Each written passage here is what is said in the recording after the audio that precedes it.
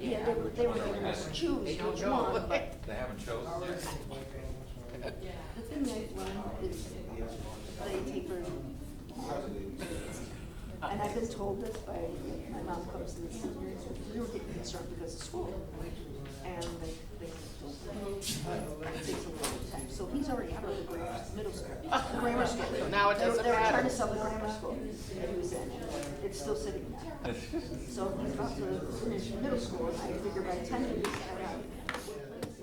It won't matter 5 more anymore. years, I'm like, so that's what they say, that it is something that is already. Wander around. Groundbreaking, I just. But where, yeah. I was, well, it's gonna be over by. It's gonna be over near, on Market Street, isn't It it? is on Market Street, right next to, Whatever the across from the city's. senior.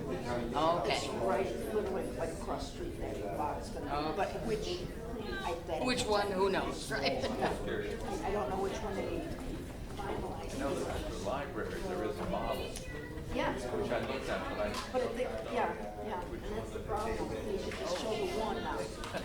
Big one, Put an right? X on the two. There you go. Well, that's the one thing, they ask somebody's opinion, and you're getting, it's like this, I was surprised, most of us want to vote. Why would you? That's why we're here. Why would you not? It's the first place I've ever been to that do not even vote.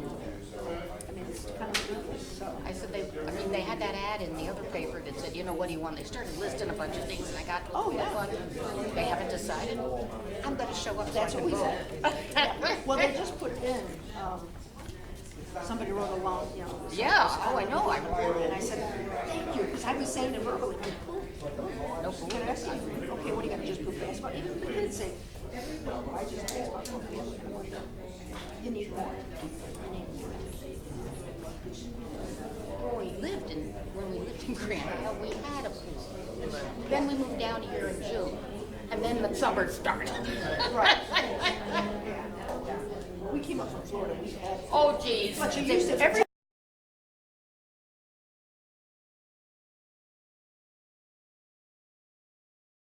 So everywhere, there's tons of schools, city schools. Every school I went to had a pool. So one place I ever been to, no pool. You're right. You're right. Not even a little edge, like, no. I'm talking it's not a public pool where kids can go just to play.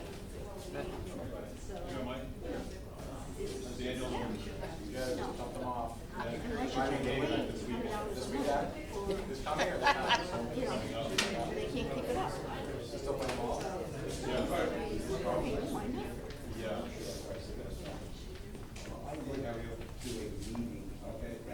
It's a good thing for seniors, it's a good thing for kids, all the way around. Okay.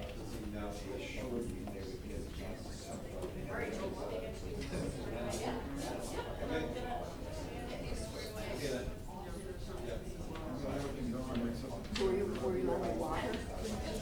No, we could see the water. The pool was in our yard, but yeah, oh yeah, yeah. Now that must be a culture shock.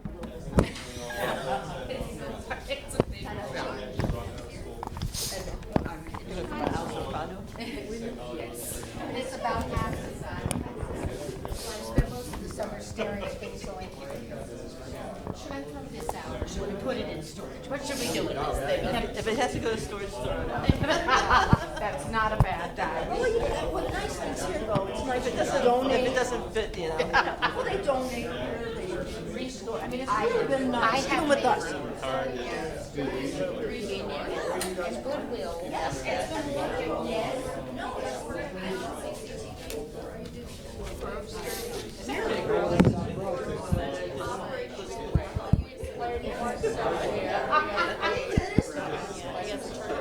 Like you said, it's taken from everybody's And my mother has some videos. Mother and son. And then VHS. VHS. And it's like, I need to get, pieces of so Grove Street is much closer. I'm like,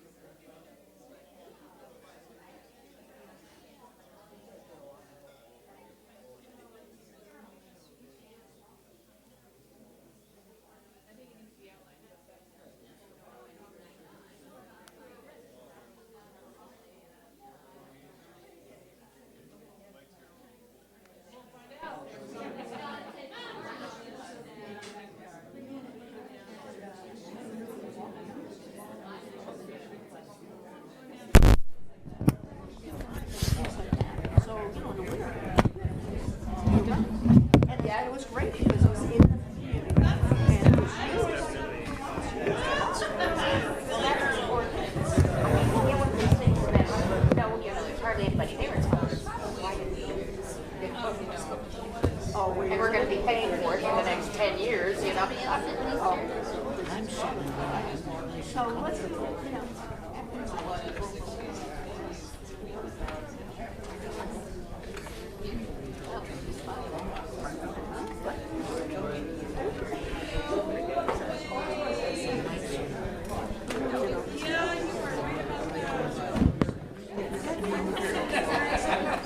I'm doing great.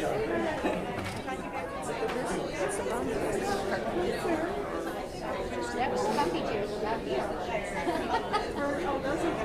Yeah, that's true. You get the movie theater seats and stuff. you never know. You never know.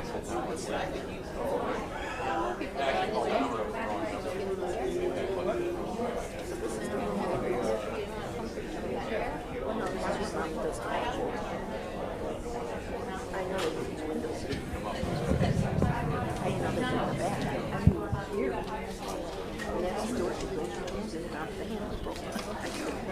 Never expected The stuff she does, and that's why she goes upside down. You know, up and down the ladder, and the ladder's broken. And then they took what? Brought it, what up? Brought it up upstairs. After the discussion. Oh, here's the, here's her. No, these are what oh, is he here? Where? Yeah. Oh, yeah. I don't know. What do you know? His kid is. Yeah. I went to John's good artist. Yes, yeah. Yeah. Oh, who's Robbie?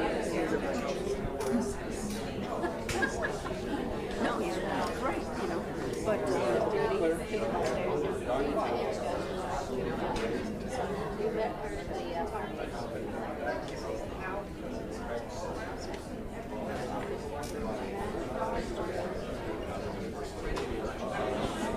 so what?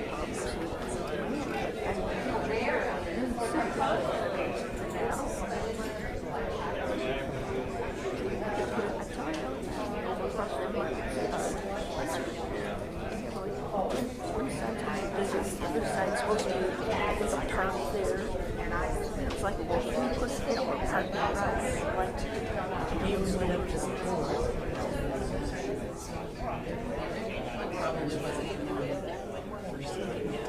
See, that's what we're doing. I put like underneath the buildings. We're raising all the buildings. The buildings, they're up here now.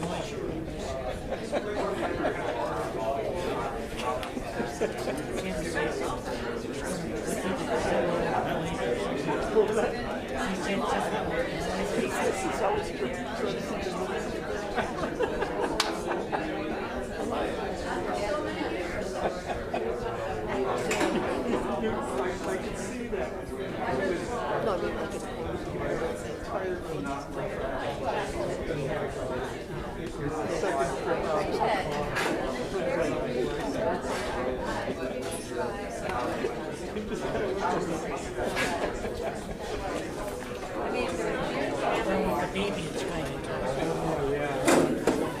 of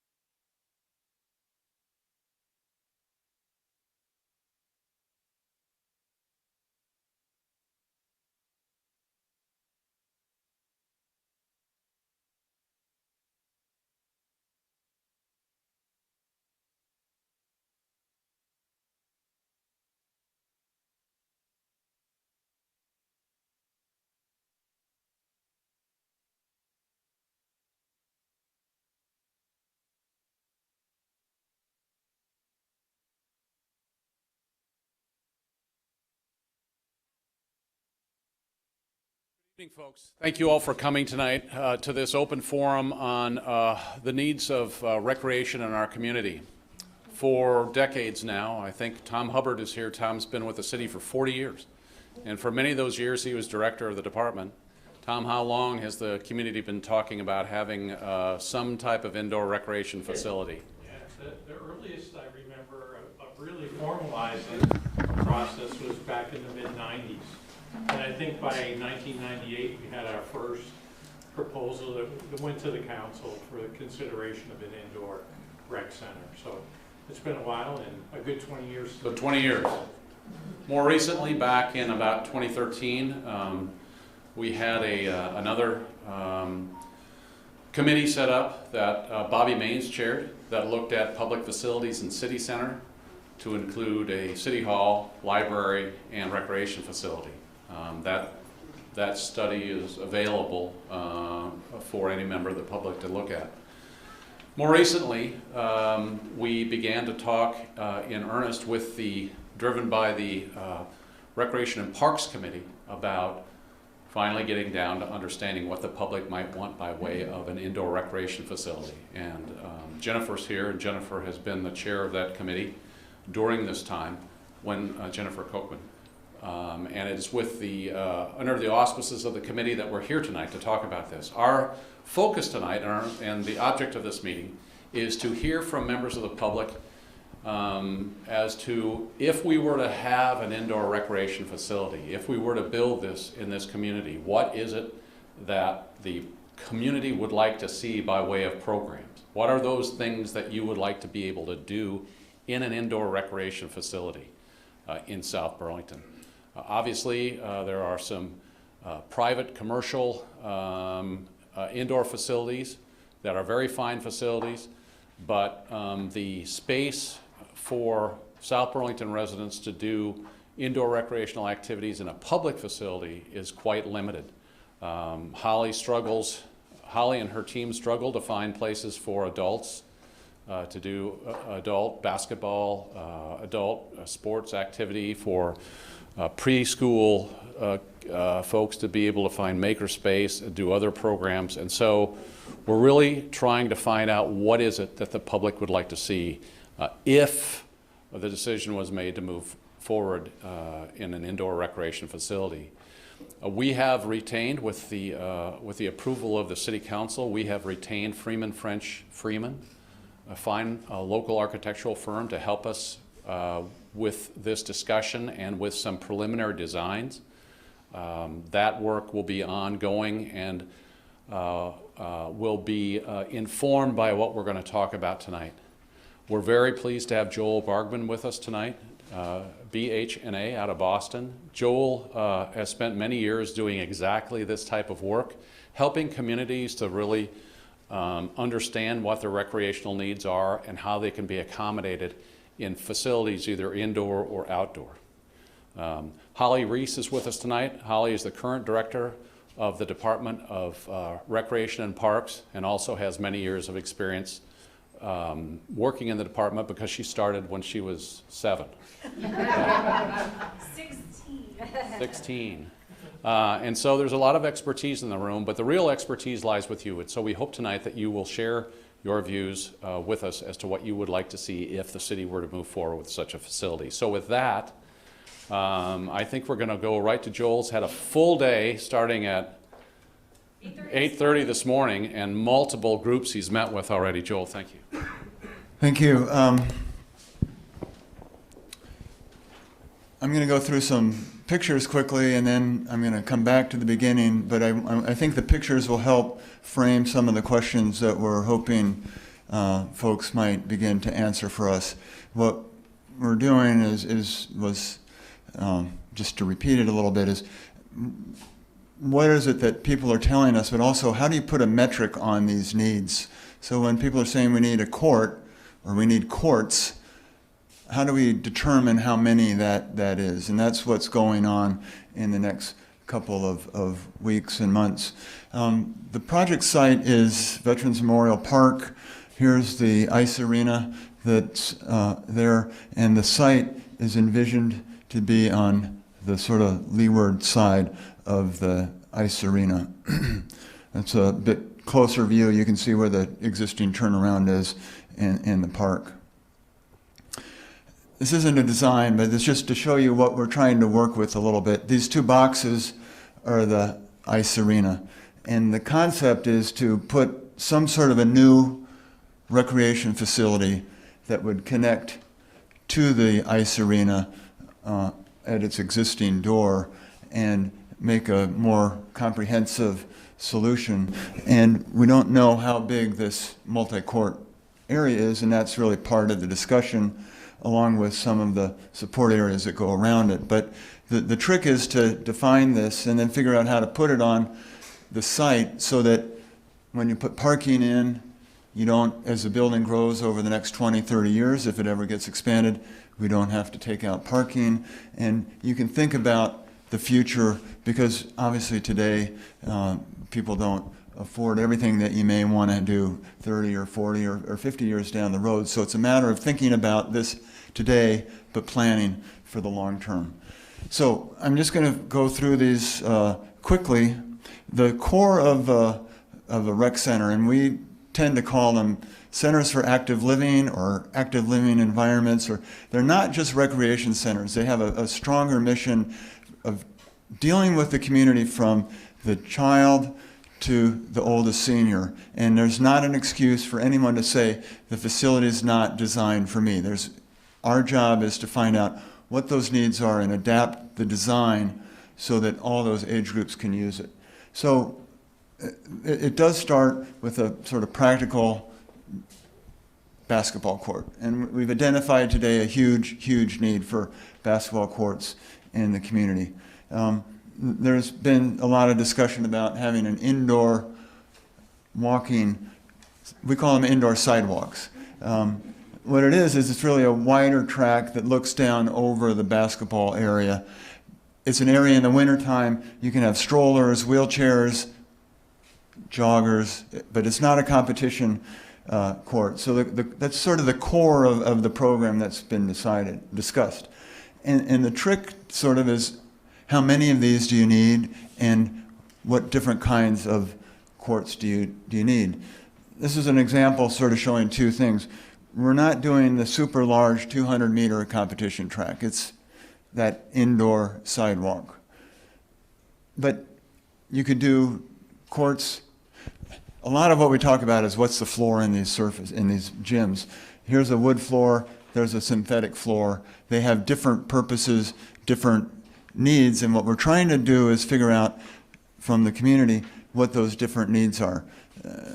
I said we want to serve everybody. Just because we put a court in for the basketball folks doesn't mean you can't play pickleball in it for youngsters or senior citizens or any age group that wants to use it. So it's a multi-use floor by definition, but you can also do pickleball on a resilient floor that's not wood, and now you can have preschoolers come in here on Hot Wheels, you can have preschoolers play street hockey, you can have adults play broom hockey, street hockey, whatever you want.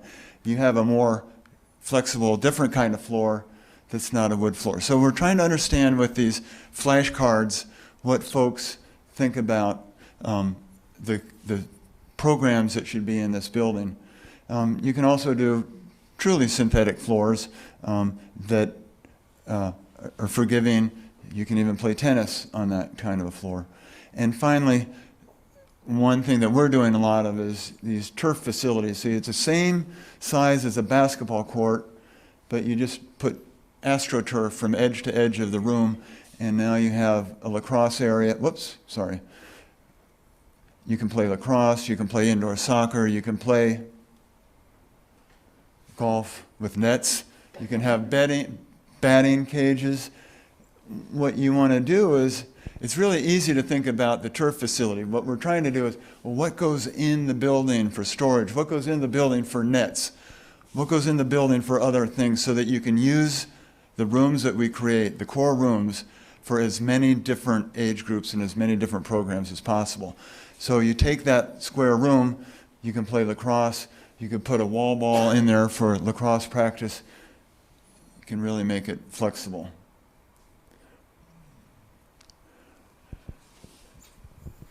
a gym floor is great, but it's also nice to have a room about this size, maybe a little bit larger, that's acoustically separate, so you can have dance, you can have aerobics, you can have jazzercise, you can turn up the volume, and you don't bother the entire rest of the gym. So you're going to have a high volume activity, a high intensity activity, and a nice floor so that it's a very forgiving space. So this is something that's been talked about over the years of adding to the gym program. One community that we worked with just recently sort of thought outside the box. They took exactly this room and said, well, I do want to do fitness. I might want to do wrestling on there, but what if I put a lighting rig? I could also use it for some performing arts programs. So it's a matter of saying, well, when we have these rooms, how do we adapt it so it can be the most flexible, most efficient, most cost-effective solution for South Burlington?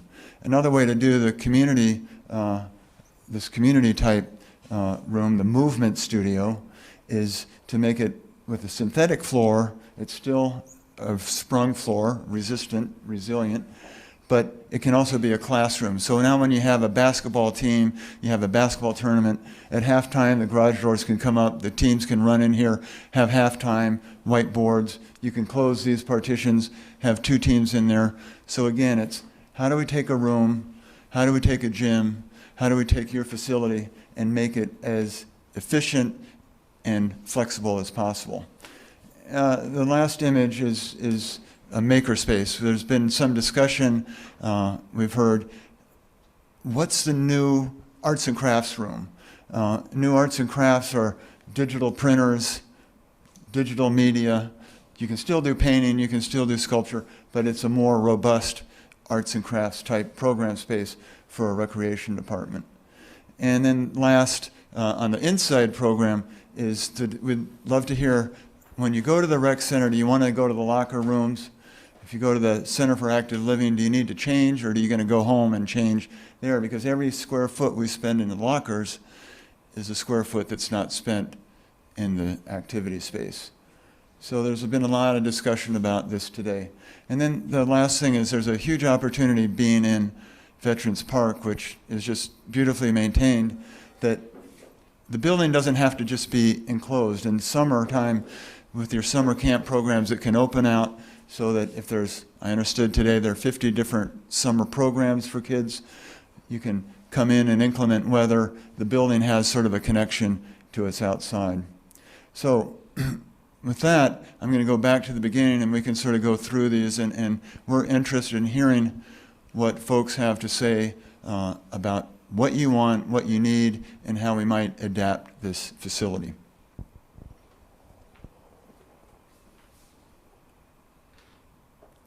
So do I have any takers on that? Alana, do you have the mic?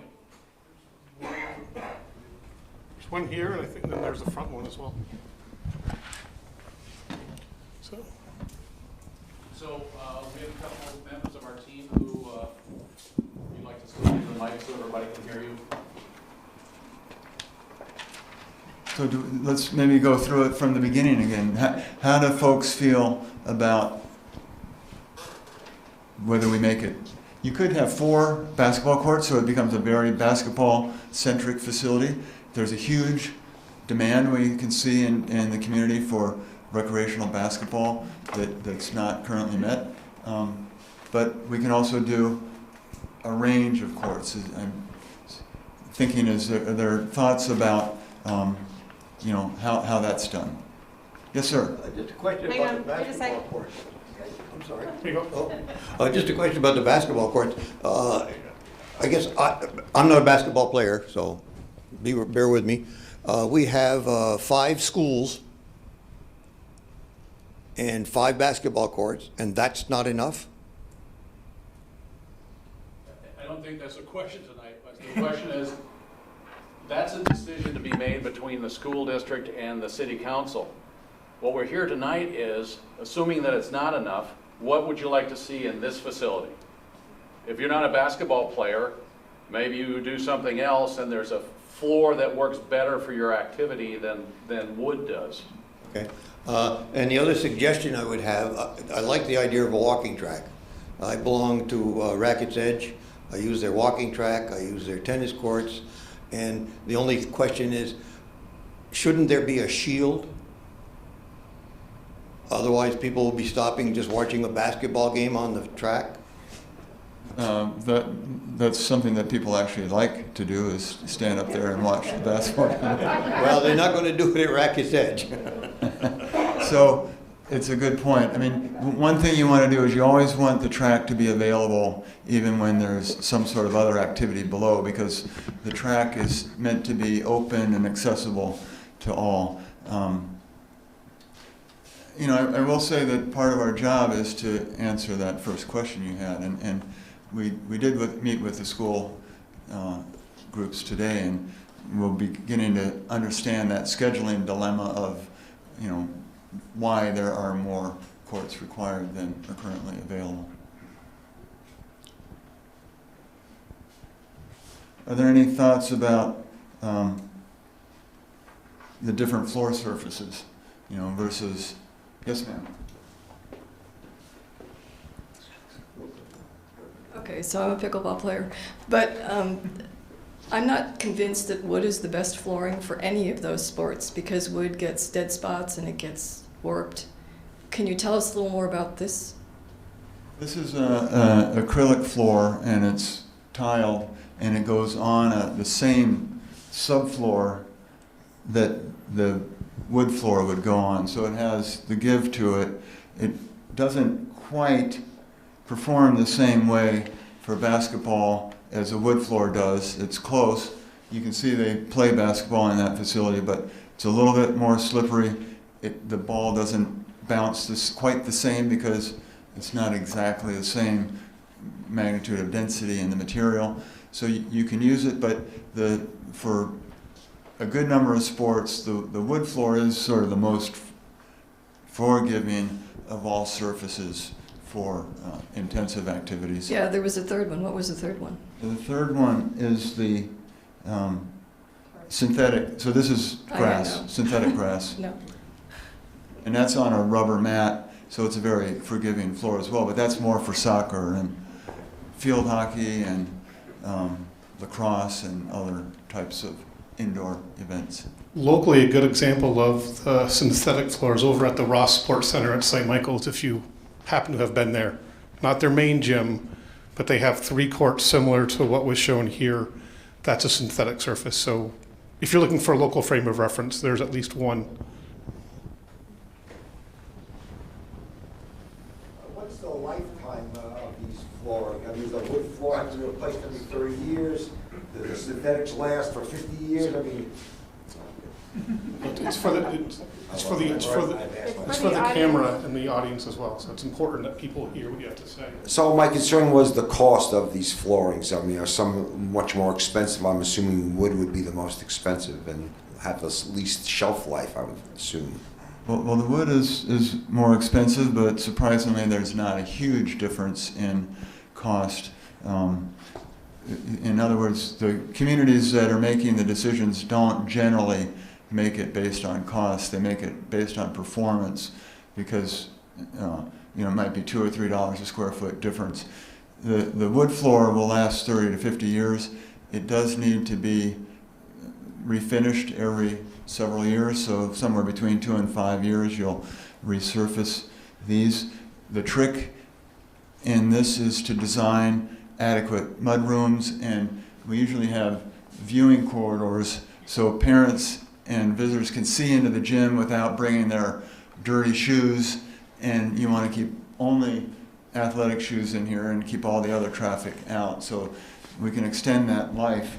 The synthetic floors, for example, this has a 10-year life cycle, so it's not nearly as good as wood, but in that 10 years you don't have to refinish it. It's just there, and then it begins to deteriorate. The acrylics have about a 20-year. They're synthetic, so the emulsions in them will dry out, and that'll need to be replaced. And synthetic turf, generally, when you see it outside, it has about a 10-year life cycle. Inside, it'll have a little bit longer because it's not getting ultraviolet light. But if it's heavily used, it'll be a 10 to 15-year life cycle.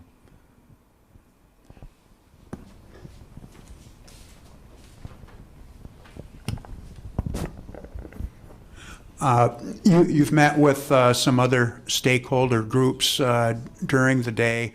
I'd be curious, getting back to the locker rooms, what kind of feedback have you gotten on whether to, have great locker rooms or not, because they are pretty expensive, locker rooms and showers. So could you share some of the feedback that you've received so far? We'd love to get more tonight. The feedback in general is that there's a group of folks that are, some pickleball players are, it's not all retirees, so they may come play pickleball in the morning and go to work. And those folks tend to want to have a shower or a locker room. There's a basketball component that may come before work or may come in lunchtime, or there are other groups that may come during lunchtime and use the facility, and it's thought, if they're coming from work, that it would be good to have some showers. But having a huge locker room for, to serve 100 or 200 kids at a tournament wasn't really felt to be needed. Most basketball teams that come, if it's local town, local city, or AAU teams, they'll come dressed, ready to play, and then they'll go either back to the hotel or back to their home if it's a tournament or a local game, and change there. I know some sports are a little different. We find in hockey there's a little bit more changing of after an event, but in most of our community centers, recreation centers of this type, the locker rooms are relatively downplayed, and that's what we heard a lot of today. So I think what we also heard of a lot is that there needs to be some private changing rooms for seniors, for disabled users, for the most accessible facility, gender-neutral facilities, facilities that a referee can go in and change and not be in a group facility. So what we heard most of is the need for smaller, independent changing rooms to serve a variety of special conditions in the facility. And I would say that there's a big push to make the building universally accessible, and I know there's an adaptive sports event truck at the ice arena for making the ice accessible to those that are disabled, and the goal would be to make these programs fully accessible as well.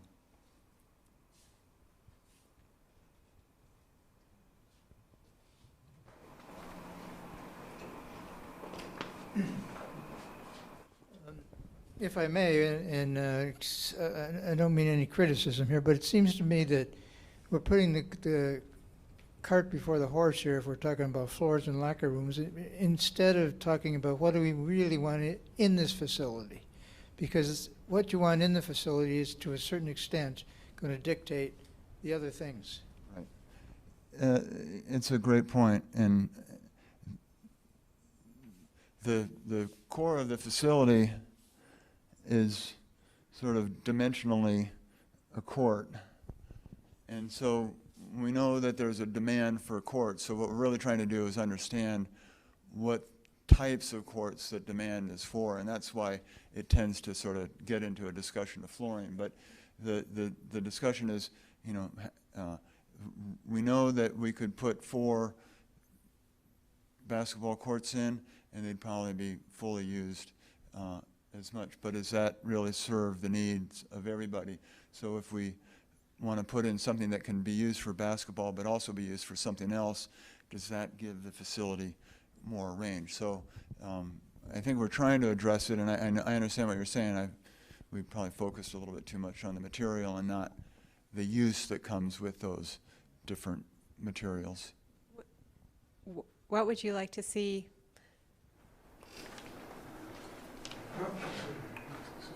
Right, there's one there in the corner. Well, the only comment I would make is I'm a pickleball player as well.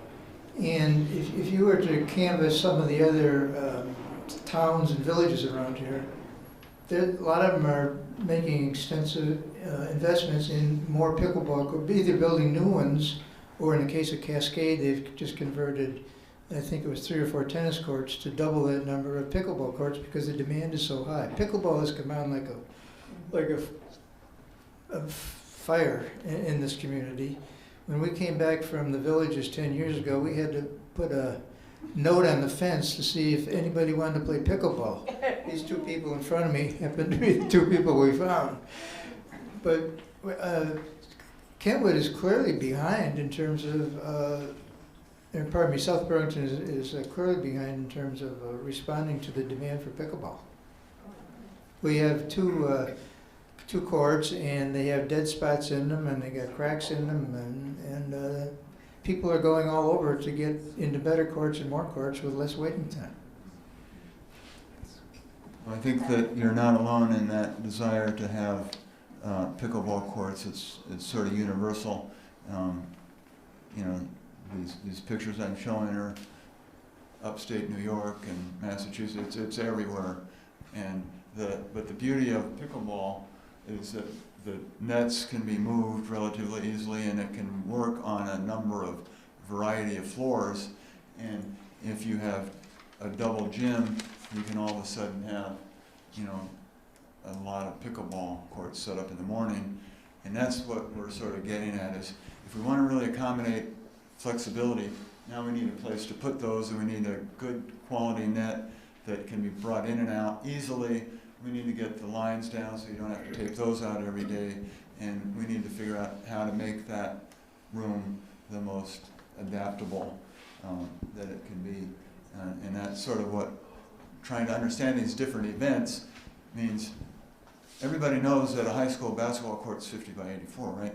But what do you need to put around it to make it usable for things that are not basketball? Yeah, you kind of hit on the topic I was going to mention about the adaptability and the utilization, because, you know, I mean, I belong to the Rackets Edge, the Edge, and tremendous use of basketball in the evening, but that's the only time. The rest of the time, you know, it's like the courts, that's kind of your walking space, is on the courts and stuff like that. I noticed that only one of your photographs had any natural daylight in it. You know, it's like we're kind of starved for sunshine up here in the wintertime. I mean, Boston's probably not a whole lot better, but it's a pretty serious problem up here. And so a lot of artificial glary lighting isn't really going to be too popular with older people in particular. So that's a consideration. As far as the surfaces, I mean, I don't know about everybody else in here, but I've got bad knees, you know, and hard surfaces, even if they're bouncy, you know, it's like I'm one trip away from, you know, not being able to walk. So I'm always very concerned about the hardness of the surface, and, you know, even when you have yoga exercises and stuff on a hardwood floor, I mean, it's painful. It's really painful to use the flooring. And, you know, so the bigger spaces wouldn't appeal to me very much, but I know that there's a sort of an evening crowd that, you know, evening team basketball and stuff like that, that's probably great.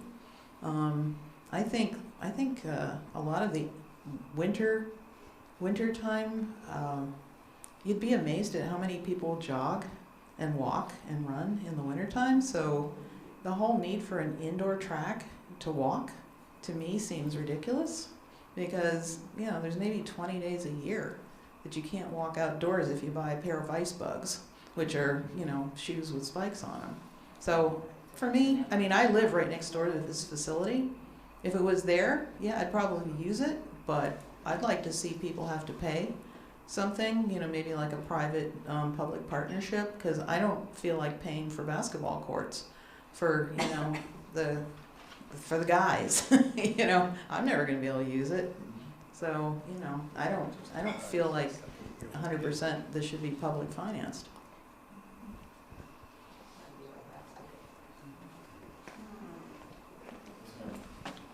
When you asked what we wanted, I can only speak for myself and my husband, but we've been playing pickleball at the Miller Center, and I don't want this to be just a discussion about pickleball.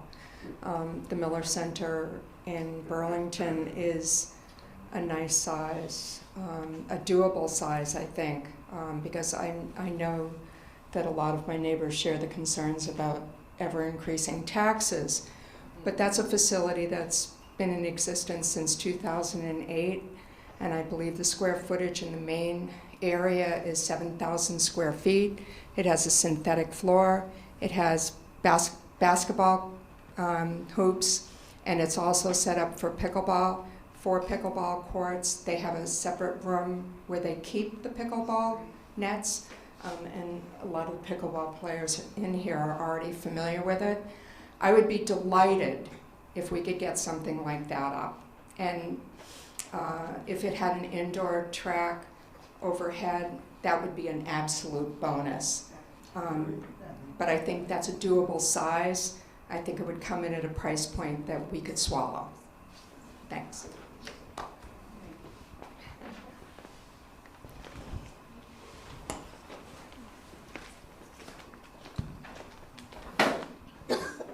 Hi. Is there going to be a charge for all this, or is the taxpayer supposed to pay for everything, and the people who want to use it for free? I don't know that that's, if we've gotten to that, I don't know if someone from the city wants to, you want to talk about that? Thanks. So part of this process, we'll kind of be talking about the operations of a facility. We don't anticipate that people will be using it for free. We would anticipate user fees, and those might be nominal, like a drop-in fee if there's an open gym, or if we're running a 6-week program that might look different. I think there have been some conversations about whether the track would remain open and be free to South Burlington residents or not, but those things will kind of get fleshed out in the process along with Joel, who will kind of be building out the operational pieces. I'm just concerned that the taxpayers are looking at replacing or consolidating some of our schools and then getting hit with a rec center, when some of the school consolidation might be including some recreation at the schools too. So shouldn't we just kind of wait with the rec center until we figure out what's going on with the schools? For the city council and the school board to make, and then ultimately the voters to make. We are having these discussions with the school district. We had a great meeting with about a dozen or more of staff this afternoon about what their plans are across the street and about when they want to take those discussions to the voters. I will say to you that the activity level of the schools and what they're anticipating building is quite high. The usage of a facility that they're considering, which would include an actual indoor competition track potentially, is utilized for a very significant portion of the day and on many weekends. And so we need to continue those discussions, but exactly what you're talking about, city and school working together to figure out what the total demand is. And it's very significant, so we are having those conversations.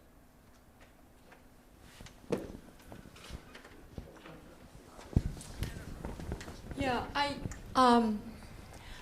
think one way we can think about what the school's plans are moving along and this kind of planning is you can think about it in terms of facilities, and school's going to have basketball courts. We're thinking about basketball courts and pickleball.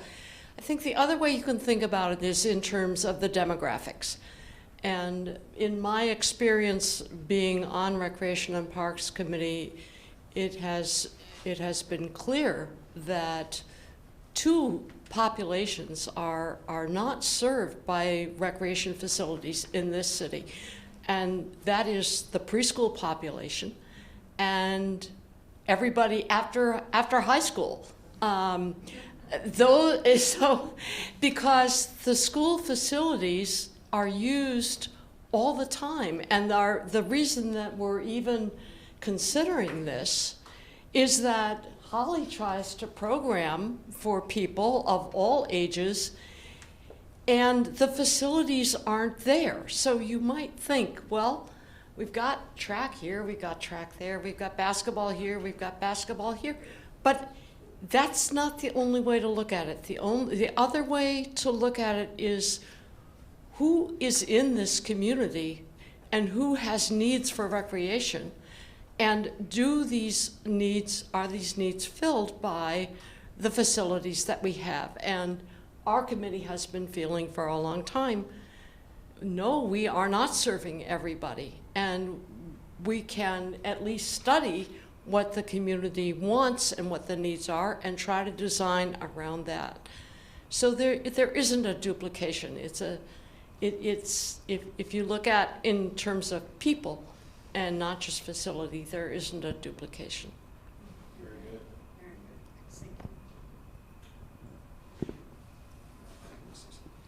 I'd like just to say that I've been to facilities that have had 4 basketball courts set up, and they're multi-use. There are 2 courts being used for pickleball. There's a court being used for Zumba. There are preschool programs used in one area. Some of them have weights. So you can have 4 basketball courts and do multiple different functions at the same time. All you need is a few screens in between the courts. And so a basketball court is really not, that's the wrong word to use. I would say a facility that you could use multi-purpose at the same time would be the perfect thing, whatever the floors are made out of. And another thing is, half the people in here probably won't be here by the time this is built, so I think that it's a moot point about those things. I think it's more important to go, well, yeah, anyway, that's what I have to say. 21 years. Thank you.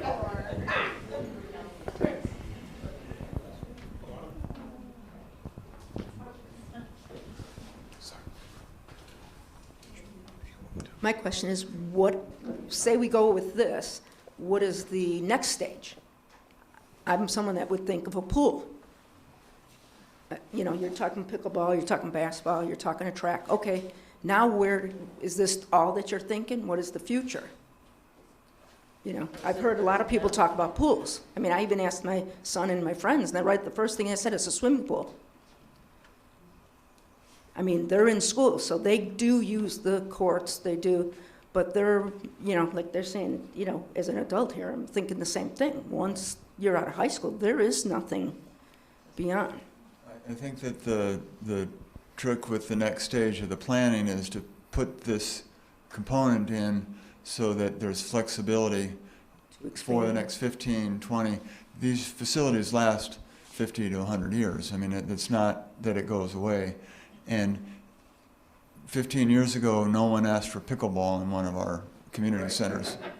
That there's going to be something in 15 years that we haven't thought about that folks are going to want. So the trick is to figure out today's needs and then adapt it. So what I was talking about in the beginning is, maybe the way that you expand on the building is off of a view that folks don't see from coming in and out of the park. Or maybe there's a way to extend the building in the future that doesn't eradicate the parking lot that you put in and have beautiful trees growing around. So the next phase is to do exactly what you're saying is, well, what would people want in the future? I could think of a lot of things that people would say today, like an expanded turf center, or like you mentioned, a pool, or there are any number of things that you might want to add on in other generations. Well, it sounds like they have a place to go for soccer in Essex. There's people that, the kids do other places, but there's nothing here. Correct. We don't have a pool. I'm not from here.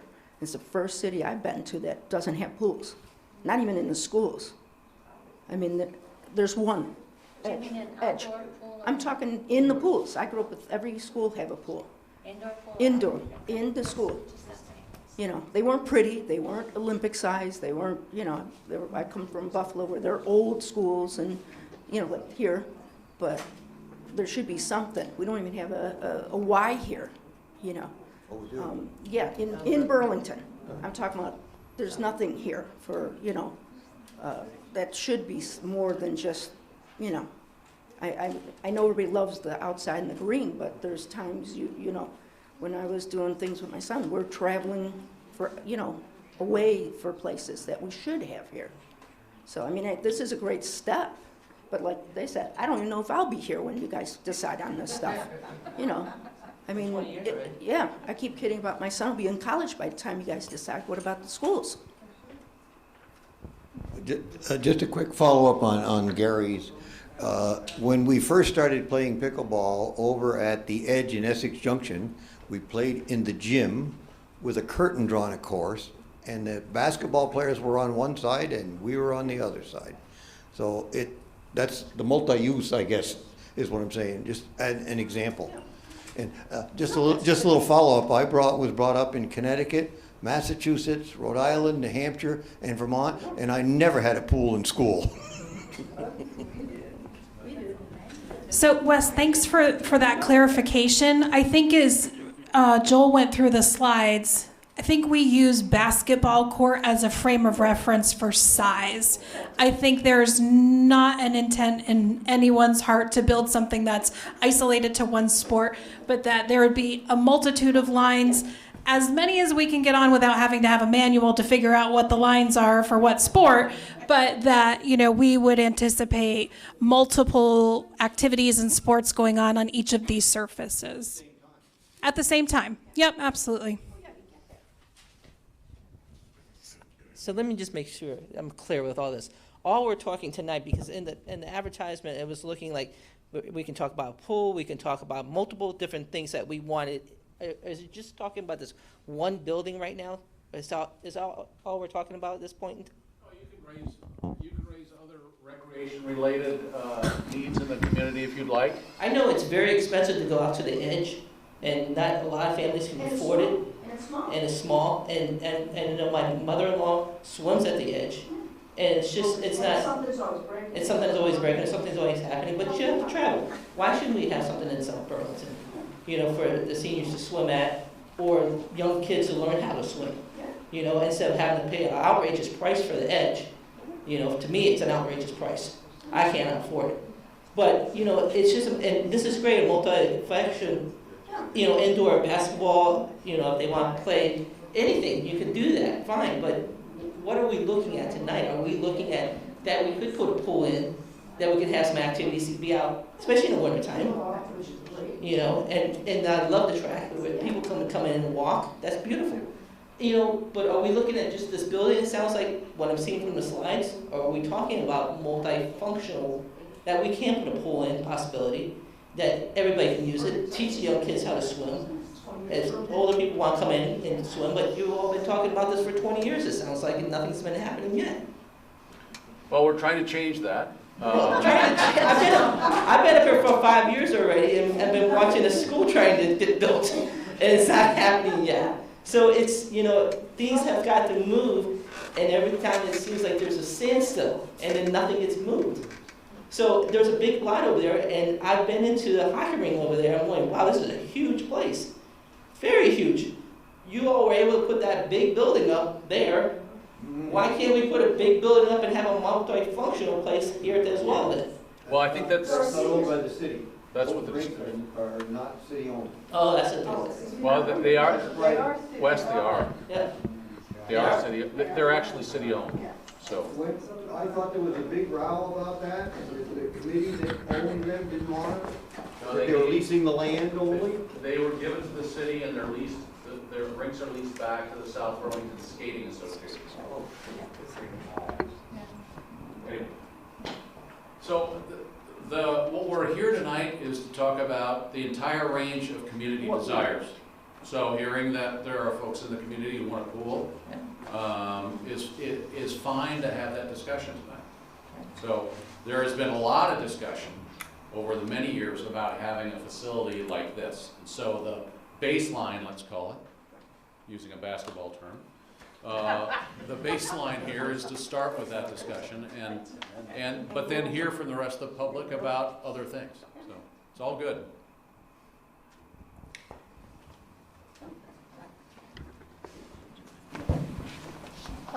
I don't know that this consensus app really reaches the majority of the citizens, but it seems to me that that's the kind of thing we need. We need to know how many people want a pool, how many people want this other kind of facility. Because for years, and I don't have a real dog in this fight, I don't, but for years I've been hearing from people in my neighborhood, why don't we have a pool? I think the pool question is up or is soon to be up?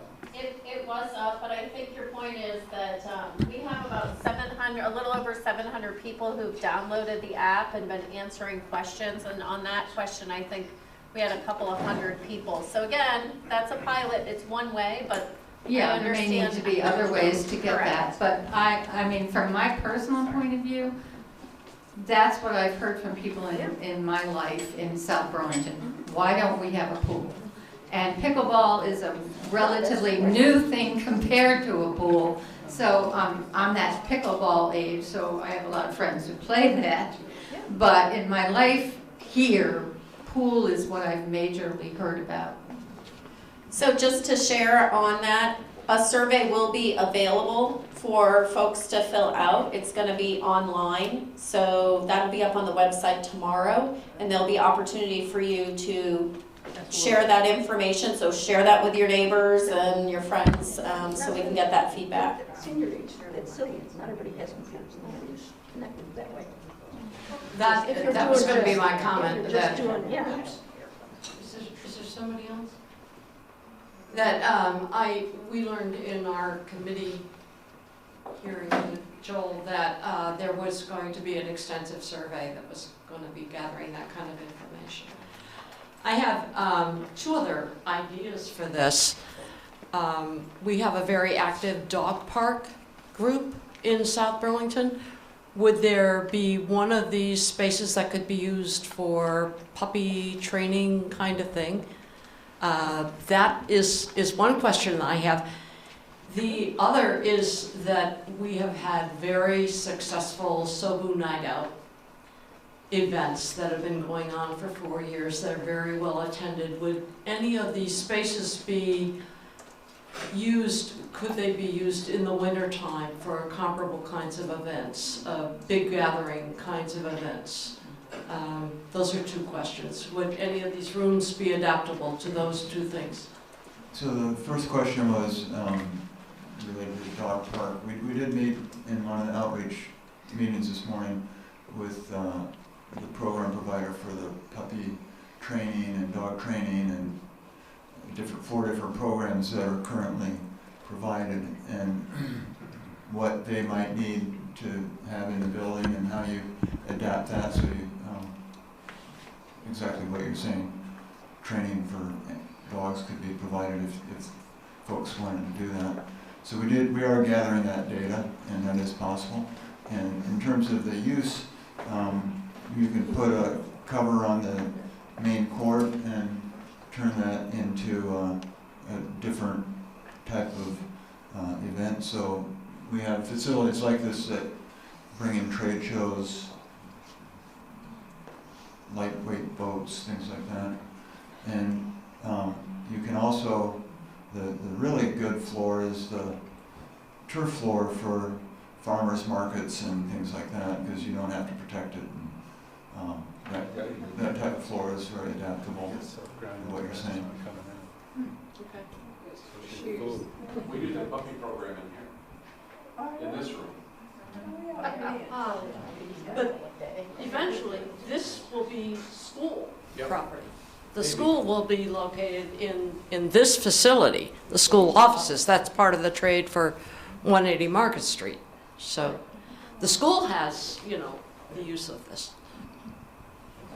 I'll hand this over to somebody else.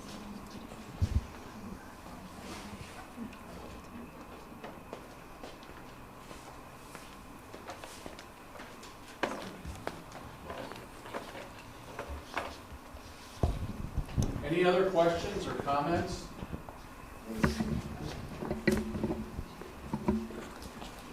You'll have a budget on this, or what are we looking at? I mean, if people are worried about how much it's going to be spent and everything, I mean, if we're looking at these two buildings, or is it a building, or what is it? I'm still trying to figure this out. Is it just going to be this one building that we're looking at that we're going to put a pool in, or we're going to put a basketball court, or possibly whatever in there?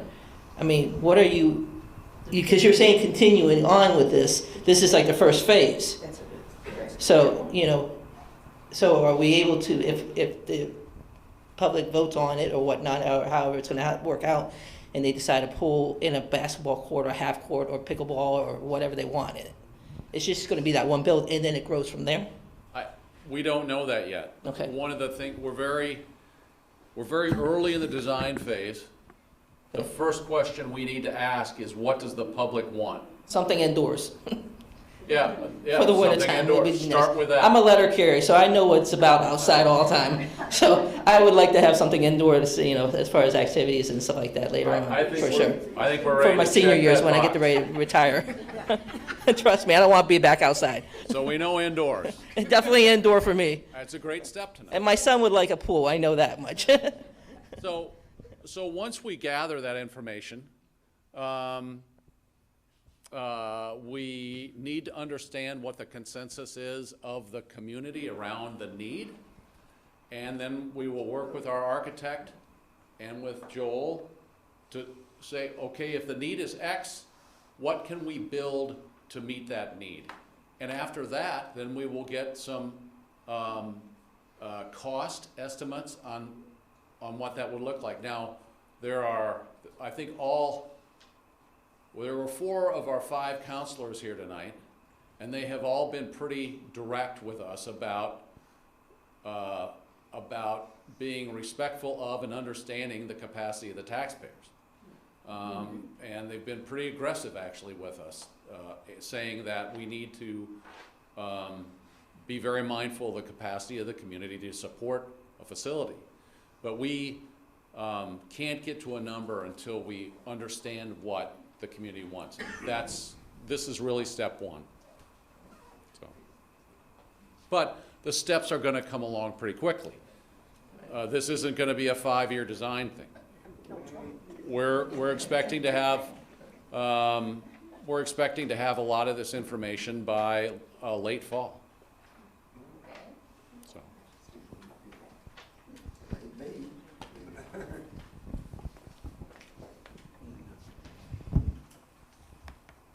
So, I was at one of the stakeholder meetings earlier today, but just to kind of voice my view in this forum, I run Game On Vermont. We're an adult recreational sports provider. I provide adult recreational sports activities for about 1,500 people throughout Chittenden County, mostly in the Burlington, South Burlington area. I run a lot of outdoor programs during the summer and several indoor programs throughout the winter. I'm probably the largest provider of adult sports in the state of Vermont. I'm not aware of anyone that's bigger than me, so I'm kind of assuming I'm the largest. There is a significant shortage in mostly adult availability to use gym time throughout Chittenden County. The schools run a lot of programs during the winter. Getting gym time in the schools is a huge challenge. There are some private facilities throughout the area. I utilize those facilities when I can, but they are near capacity. My programs are limited purely by facility space. I mean, we have 1,500 people playing with me throughout the year. That number could easily be 5,000 people if the space was available. So having a multi-use facility where I could run basketball or volleyball or badminton or a pickleball program, or I don't know, there's another 24 programs I could probably fill in a space like this, plus all the rec programs that the city wants to run, and then all the other private groups and clubs that are in the area that are just begging for gym time everywhere we can find it. So there is a huge demand for a facility like this. We bring in, when I run an event in Burlington or Essex or Colchester, wherever I am, I'm bringing in people from not just that town. They're coming in from all the neighboring towns, and then they're going out to eat afterwards, and they're supporting the local economy as they come in. The other thing with a facility like this, where it has multiple uses, where you can set up for basketball courts and have a little tournament and bring teams from out of state in, is hugely important, because there really isn't a facility like that in the Burlington area. So I'm very supportive of this project and pushing it forward. What was the name of your company? Game On Vermont.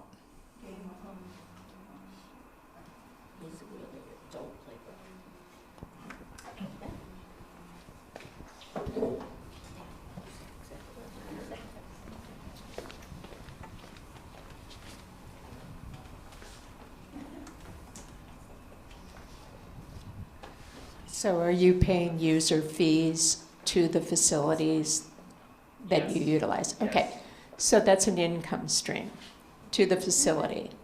I was one of the parents who went around my neighborhood stumping for the original Carnes Arena.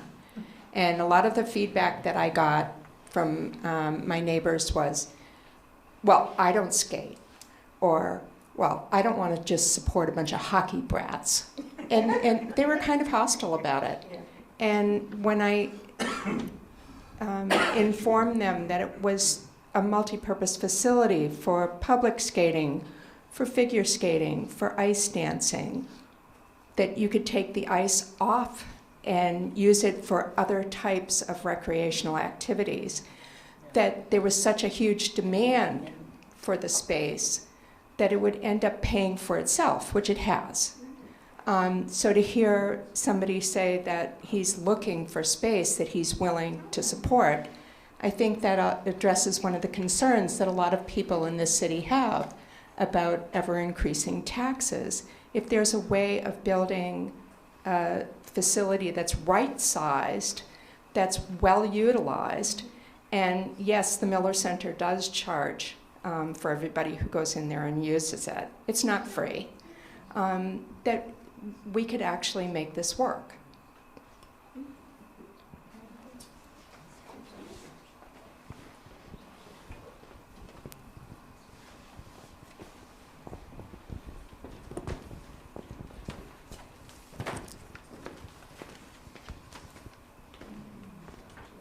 Other questions or comments or, yeah? It's coming.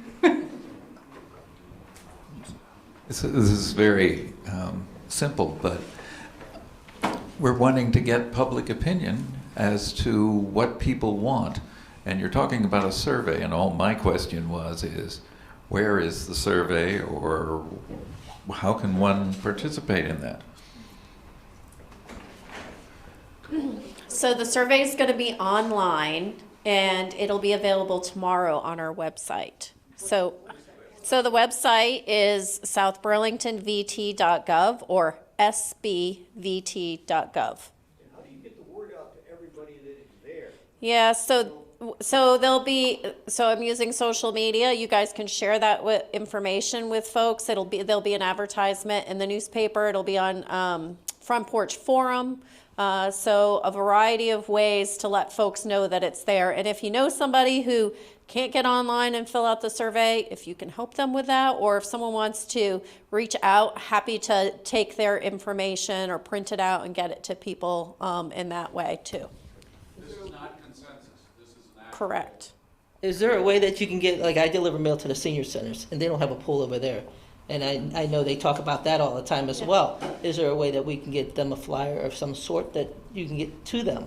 Sure. I mean, some places, like they said, a lot of seniors don't not have internet service or whatnot, or use Correct. a computer. Correct. So Yes. is there a way that you can do a flyer up or something and get it out maybe to the seniors so they can vote of some sort, Yep. a written ballot or whatnot, that they can have their opinion? Yes. Because there's a lot of them that would love to have a pool. In addition to that, Coralie and I are going to be doing some site visits to some of the congregate senior housing. So we'll be spreading that as well later this week.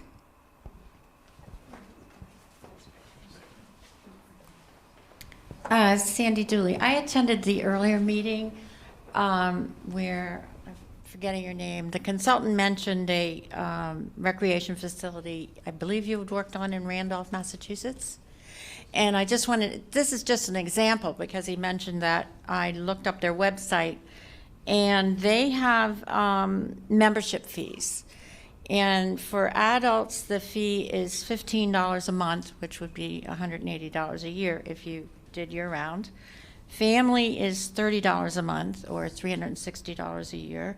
Student is $10 a month, or $120 a year. And seniors is $10 a month, or $120. And for those of us who are 70 or older, it's free. But I just wanted to give you an example of a center that you had mentioned that that they have membership, and I don't know what additional costs there might be for programs, but it's not, as people have said, it's not necessarily free. Just information.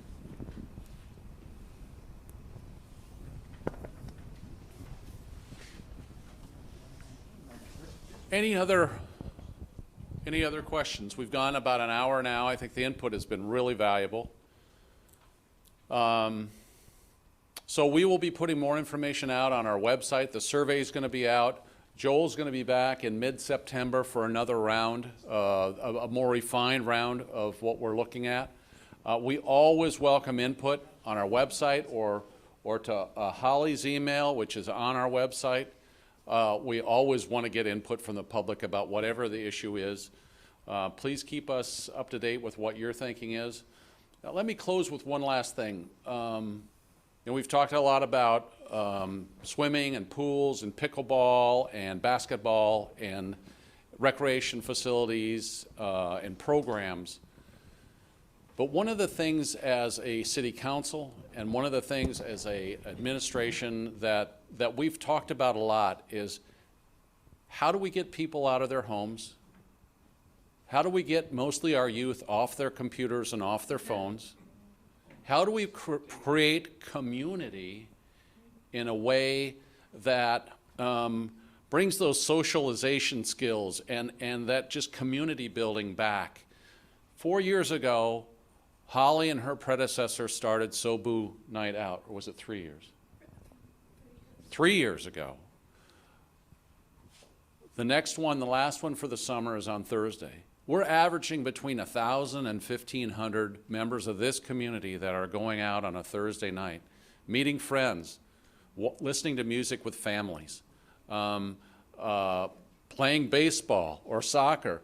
At one point, we had soccer and lacrosse going on the east side of the Cairns Arena. We had hockey going on in the arena. There was a baseball game down at the baseball diamond, and we had 1,200 or so people listening to some great music, enjoying the food trucks. That's our mission. And to the extent that we can provide recreational facilities for those long winters, and it frankly feels like we're back into it already, so that people can get out of their homes and they can go to a quality facility. And maybe they can meet friends and play pickleball or watch a basketball game. That's what building community and helping support the growth of a community is all about. And that's at the core of what we're talking about. In the end, it may be about pickleball, but for us, it's about building a stronger community and providing opportunities for people to get out of their homes. You're part of that tonight. So all of us on the staff, and I know our 4 council members here and our 5th would feel the same way. Thank you all for coming out tonight and helping us understand what your needs are. So thank you, and thank you to Joel.